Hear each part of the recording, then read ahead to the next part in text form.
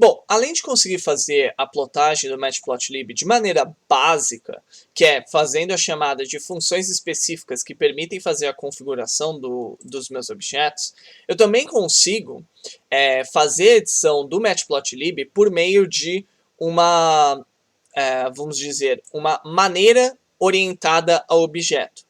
Que aí, nesse caso, ao invés da gente simplesmente criar um gráfico no buffer de memória e aí fazer edição por meio de chamadas específicas, o que a gente vai fazer é, a gente vai salvar esse gráfico que foi gerado, que estaria na memória, dentro numa variável qualquer, para que a gente possa alterar a imagem de maneira estruturada, de tal forma que, ao invés de chamar funções para edição do gráfico, a gente vai chamar métodos específicos.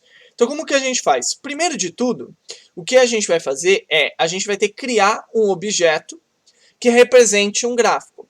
E esse objeto é o objeto figura. Então, a gente vai aqui criar uma figura vazia. Então, eu vou criar aqui uma figura. E aí você veja que ele criou uma figura de tamanho 432 por 288. Se eu pegar e chamar essa figura, veja que nada aparece.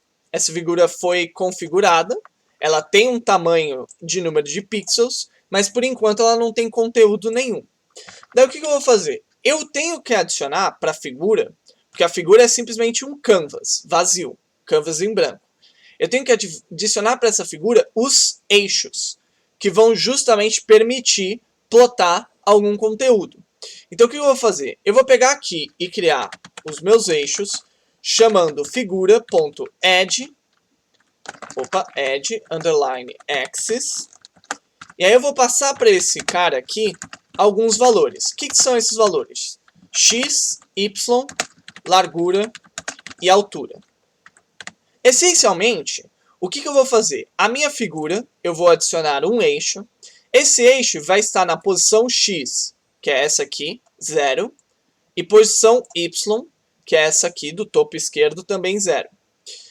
E aí ele vai preencher, o eixo vai preencher a minha imagem no tamanho 1 e altura 1, largura 1. Por que largura 1? Porque o tamanho do gráfico, o tamanho do eixo na figura que eu configuro, ele é normalizado. Então isso aqui seria tamanho 0, isso aqui seria tamanho meio, isso aqui seria tamanho 1. Ou seja, o meio seria o meio da figura, 1 seria a figura total, 0.8 seria 80% da largura e assim vai. Então ele normaliza essa seleção. Agora, se eu plotar a minha figura, ou se eu plotar o meu eixo, o que ele vai ver? Uma figura vazia, tá vendo? Ele gerou o meu eixo automático aqui, por padrão o meu eixo vai de 0 a 1, tá? E ele está preenchendo a figura completamente. Aí, para esse eixo, eu preciso adicionar algum tipo de conteúdo, que a gente sabe como fazer. É a partir da função plot, que nesse caso vai virar um método. Agora, quando eu rodar esse cara, veja que ele adiciona justamente o conteúdo da linha aqui. E agora, eu posso fazer as mesmas configurações de eixo, título e tudo mais, só que em cima do meu axis. Só que vocês vão ver que não vai ser axis.xlabel que eu vou chamar. Eu vou chamar a função x.setXlabel, setYlabel e setTitle. E agora, quando eu rodar, você vai ver que a minha figura vai ser completamente preenchida. E veja que isso é bastante código com relação ao que a gente fez anteriormente, mas isso adiciona um grau enorme de customização que a gente pode fazer. Por exemplo, se eu copiar esse cara aqui e colocar aqui embaixo, veja a maneira como eu criei o meu eixo. Então, x, y, largura e altura. Vamos pegar aqui, por exemplo, e colocar x, y no 0.1 para dar alguma margenzinha. Vamos falar que ele vai preencher 0.8 do total da minha figura. E eu vou chamar esse cara de eixo 1.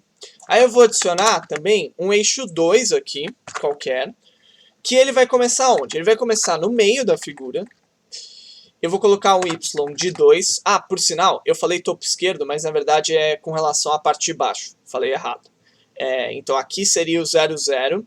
Então 0.2, então o meio, ele está mais ou menos aqui. E o 0.2 ele estaria mais ou menos aqui, só para deixar mais claro.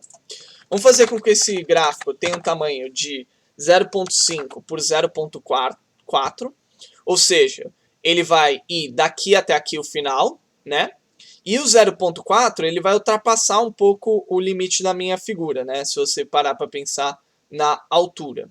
Então eu vou fazer aqui o eixo 1, eu vou fazer essa plotagem. E no eixo 2, eu vou adicionar o IDEB-AF, por exemplo. E aí, aqui eu vou adicionar um parâmetro que a gente não viu, que é o parâmetro de cor.